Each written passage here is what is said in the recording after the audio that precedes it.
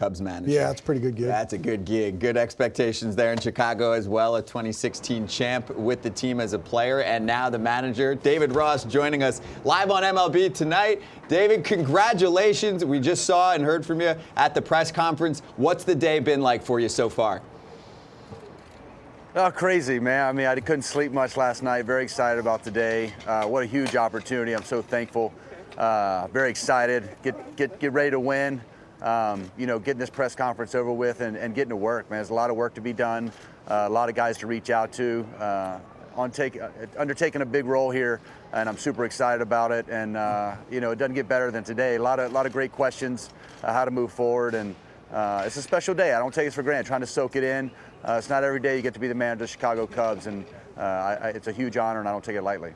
So, David, take me back, because I heard you in the press conference saying, from day one almost, I've been preparing for this in some way or another. But was there a time, was there a moment when you're sitting in the dugout or you're squatting behind the dish at home plate and say, you know what, I'm going to manage one day, and I'm going to manage a big league team and have a lot of fun doing it? Well, Billy, I mean, honestly, it had to do a lot of what my peers had told me, and what a great manager I'm going to be, and how I communicate and my expectations and the things that I see on the field. So when you got that from your peers, the people you respect, you just watch the game in a different way of what you would do.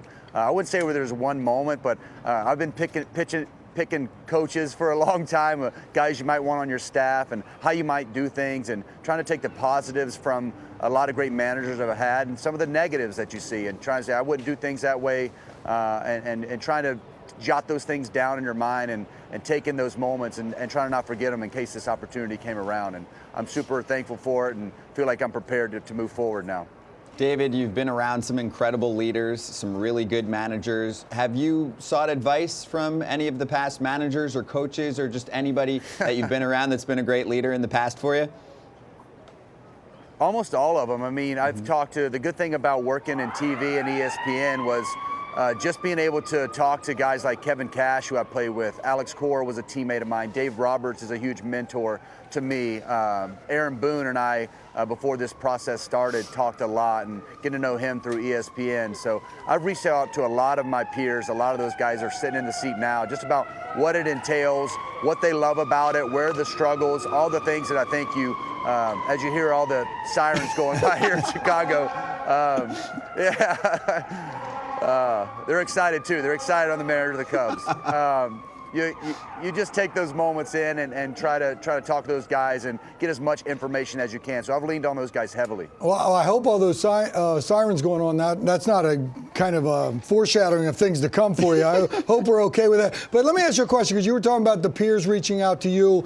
And look, a little bit of conversations going around with you and like Lester's relationship. You just played on this squad a couple years ago. But I believe it's probably as much on the players to define this relationship now as he's my manager and I'm a player for him. So I think it's a two-way street, yes, but I also think the players are going to have to take some of that responsibility.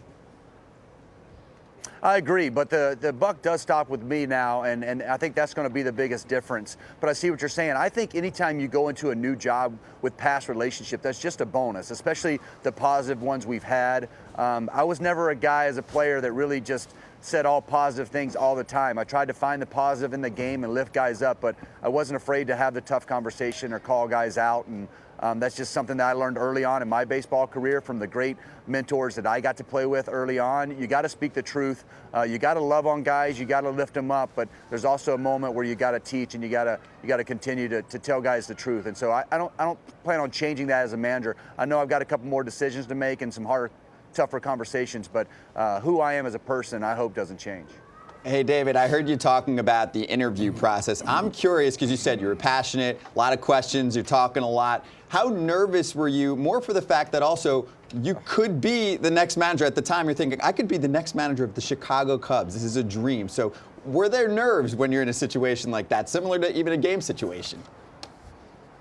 Yeah, well, I talked to everybody that asked about the process. The first time I was in, there was a lot of smiles, a lot of great conversations. You learn what you're passionate about, the more you're asked about it and what you believe. It was really really great. And then they brought me in for the second interview, and it was about 6 or 8 people sitting in front of their iPads with just no smiles, no expression on their face, and they just started firing questions. And so I was extremely nervous for that second interview. I had to prepare a little bit more, didn't have a whole lot of time to prepare. They threw a lot on my plate, probably to see how I'd react, and tried to do as much homework as I could, dive into the things that they asked me to look up and give it my best. And there's no doubt I was much more nervous for that second one than the first one. But there's nerves coming in this press conference. You know, I mean, it's a big undertaking. I'm excited about this role, but you know, I get nervous. I think the nerves for me are what push me and fuel me to be prepared and to be great.